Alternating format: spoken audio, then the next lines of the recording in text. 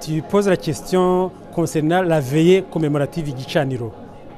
Au fait, c'est une des trois parties constitutives d'une commémoration des victimes du génocide perpétré contre les Tutsis. Nous commençons en général par une marche au flambeau, une marche pour nous rappeler la douleur, le calvaire qu'a subi nos familles avant d'être tuées. La marche au flambeau, en même temps, est une façon de montrer à ceux qui nous voient marcher qu'est-ce que nous faisons. C'est une marche avec des banderoles où c'est bien marqué que c'est une commémoration des victimes du génocide contre les Tutsis. Suit alors la cérémonie dite officielle, mais en fait la cérémonie est unique, est une et indivisible.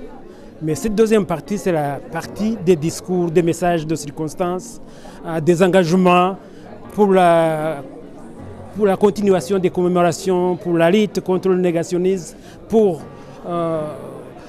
l'apport des rescapés d'autres Rwandais à la reconstruction du pays. Alors, la veillée commémorative Gicaniro, quant à elle, elle est, je dirais, je vous dis, certains ne le voient pas, ne l'avaient pas réalisé. La veillée commémorative Gicaniro est lancée le 7 avril par son Excellence le Président de la République lorsqu'il va au mémorial à Gisozi, allumer la lumière, la flamme de l'espoir, la flamme de la commémoration. Cette flamme est en fait la flamme qui jaillit du feu Gicaniro. On ne savait pas l'exprimer autrement, mieux que ce que nous avons à Gisozi, mais sachez-le, le feu allumé, la flamme allumée par son Excellence le Président de la République du Rwanda, M. Paul Kagame, le 7 avril, c'est en fait la flamme du feu du brasier Gicaniro. Et ça signifie quoi? Ça signifie en fait, nous avons choisi le mot Gicaniro parce que par rapport au deuil normal, après la levée de deuil, il n'y a plus de feu. Tandis que pour ce qui est du génocide perpétré contre les Tutsis, nous allumons le feu pour toujours. Nous immortalisons nos victimes, nos familles victimes, pour toujours par le symbole Gicaniro. En un mot, le feu est allumé le 7 avril et c'est à travers tout le Rwanda, à travers le monde entier, que nous faisons la même cérémonie à l'occasion des commémorations. Donc, la commémoration est constituée de trois parties, dont une fondamentale est la veillée Gicaniro, qui est en fait qui tourne autour de la projection d'un diaporama où nous avons les photos de nos familles tuées.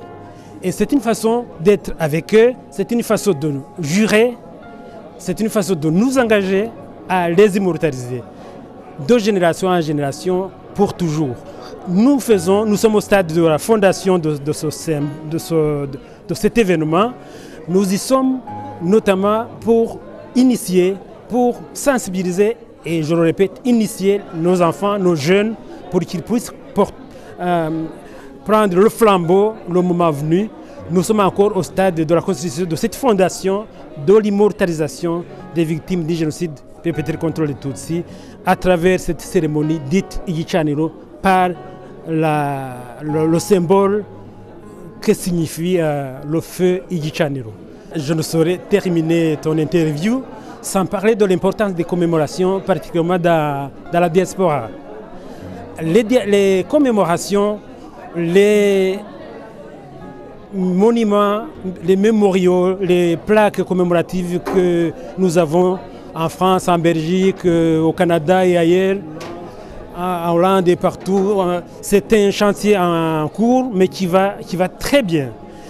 Les commémorations dans la diaspora ont une portée la même, je dirais, qu'au Rwanda, parce que nous commémorons les victimes, mais c'est une occasion d'impacter les pays, les régions que nous habitons.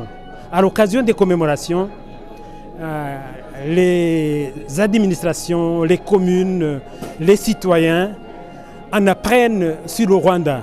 parce qu'ils ne se contentent pas que de l'événement commémoration. C'est une occasion pour Nicomine Tel, qui a été coordinatrice de l'organisation de l'événement.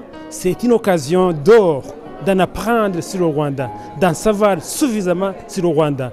Un bourgmestre, un échevin qui est amené à parler au sujet de la commémoration, il en sait assez, il en sait suffisamment sur le Rwanda.